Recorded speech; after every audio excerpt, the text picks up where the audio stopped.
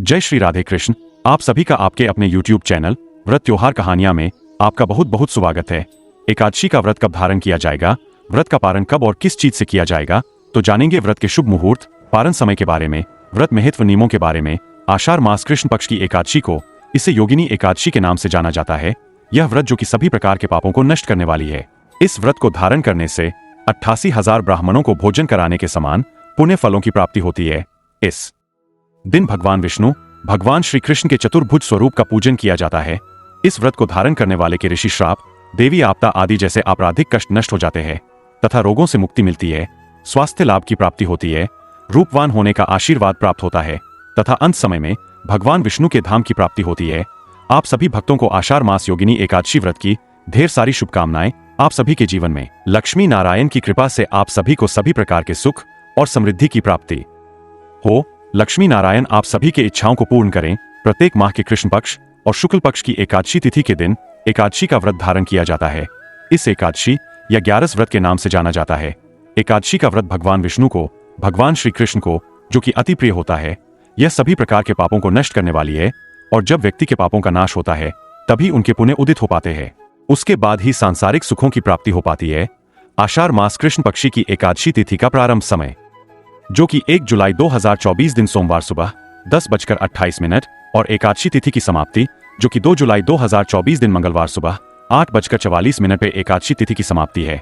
तो हमें सूर्योदय व्याप के अनुसार द्वादशी युक्त एकादशी का व्रत जो प्राप्त हो रहा है वह सभी गृहस्थ और वैष्णव जन दोनों ही 2 जुलाई 2024 दिन मंगलवार को सभी व्रत को धारण करेंगे। और द्वादशी तिथि की जो समाप्ति है वह 3 जुलाई 2024 दिन बुधवार सुबह 7:01 पे एकादशी व्रत का पारण जो कि हरिवासर समाप्त होने के बाद किया जाता है।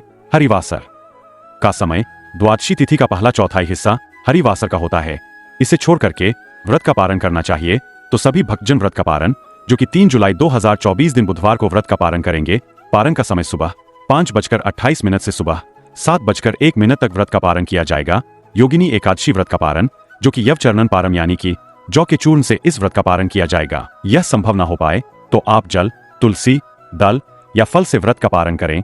एकादशी तिथि के दिन ब्रह्मा मुहूर्त का जो समय होगा वह समय सुबह 4:06 से सुबह 4:46 तक होगा। सूर्योदय का समय सुबह 5:01 और सूर्यास्त शाम 652 नक्षत्र जो कि भरणी नक्षत्र होगा सुबह 527 तक। उसके बाद कृतिका नक्षत्र योग जो कि धृति योग होगा सुबह 11:01 तक। उसके बाद शूल योग होगा। 2 जुलाई को राहुकाल का जो समय है वह समय दोपहर 3:27 से शाम 5:10 तक और 3 जुलाई को दोपहर 12:02 से दोपहर 1:04 तक होगा। राहुकाल समय के दौरान कोई भी शुभ कार्य या नया कार्य नहीं करना चाहिए, यह लाभकारी नहीं होता है। इस बात का ध्यान रखें। योगिनी एकादशी के व्रत में 3 भगवान विष्णु, माता लक्ष्मी और भगवान विष्णु के रूप श्री कृष्ण के चतुर्भुज स्वरूप का पूजा करनी चाहिए। इस दिन भगवान का जो कि गंध पुष्प, धूप दीप आदि से पूजा करनी चाहिए। पीले पुष्प अर्पित करने चाहिए। भगवान को काले तिल अवश्य ही अर्पित करें। तुलसी दल चढ़ाए और जब भी नैवेद्य का भोग लगाते हैं तो तुलसी दल डाल करके ही भगवान को नैवेद्य अर्पित करनी चाहिए। इस दिन विशेष करके भगवान को गग तथा मिश्र से भगवान की पूजा करके भोग लगाना चाहिए और उसे प्रसाद के रूप में ग्रहण करना चाहिए। इस प्रकार व्रत को धारण करने से अनंत फलों की प्राप्ति होती है। जो भी भक्तजन व्रत को धारण करते हैं व्रत के दौरान कुछ बातों का ध्यान रखना चाहिए। इस दौरान शुद्ध और सात्विकता का पालन करना चाहिए। तामसिक वस्तुओं का, नशीले पदार्थों का सेवन बिल्कुल भी नहीं करना चाहिए। ब्रह्मचर्य का पालन करना चाहिए। व्रती को दशमी के दिन से ही व्रत में नियमों का पालन करना चाहिए। दशमी तिथि के दिन सूर्यास्त होने से पहले ही भोजन ग्रहण कर लेनी चाहिए। रात्रि ब्रह्मचर्य का पालन करते हुए भगवान विष्णु के नामों का स्मरण करते हुए एकादशी व्रत का स्मरण करते हुए सोना चाहिए। एकादशी की सुबह ब्रह्मा मुहूर्त में उठ करके नित्य क्रियाओं से निवृत्त होकर के गंगा नदी में या घर के नहाने के पानी में थोड़ा सा गंगाजल मिलाकर के स्नान करना चाहिए। शुद्ध वस्त्र धारण करके व्रती को व्रत का संकल्प लेना चाहिए। भगवान विष्णु से, भगवान श्री कृष्ण से व्रती की पूर्णता के लिए प्रार्थना करनी चाहिए कि हे भगवान विष्णु, हे भगवान श्री कृष्ण, आज मैं योगिनी एकादशी का व्रत धारण करने जा रहा हूँ या करने जा रही हूँ। इस प्रकार से भगवान से प्रार्थना करें कि मेरे सभी प्रकार के पाप और ताप नष्ट हो जाएं, हमें पुण्य फलों की प्राप्ति हो।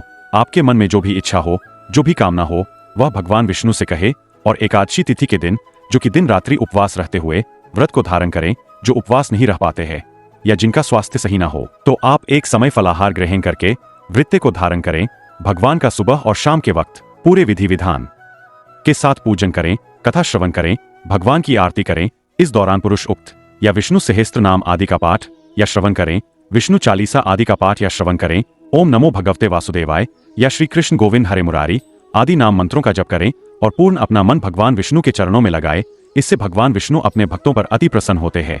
इस प्रकार भगवान का पूजन कथा श्रवण करते हुए एकादशी की रात्रि जहां तक हो सके जागरण करते हुए समय को व्यतीत करनी चाहिए और द्वादशी की सुबह उठ करके नित्य क्रियाओं से निर्वित होकर के एक स्नान करके भगवान का पूजन आरती कर ले। उसके बाद ब्राह्मणों को भोजन करवाएं, ब्राह्मणों को दान और दक्षिणा दें, गरीबों को भोजन कराएं। समय के अनुसार व्रत का पारण करना चाहिए। अभी गर्मी का मौसम है तो गर्मी के मौसम में जो कि जल से भरा हुआ घड़ा दान का विशेष महत्व माना गया है। उपाहन दान, छत्री दान, अन्न वस्त्र जो भी बन सके अपने श्रद्धा भक्ति के अनुसार दान पुण्य का कार्य करना चाहिए। इससे अनंत फलों की प्राप्ति होती है। तो आशा करता हूं कि यह जानकारी आपको अच्छी लगी होगी।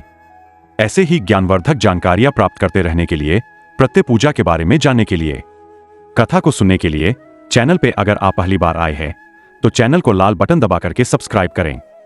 साथ में बेल आइकन घंटी को दबाएं ताकि आने वाली वीडियो का नोटिफिकेशन आपको समय से मिलता रहे।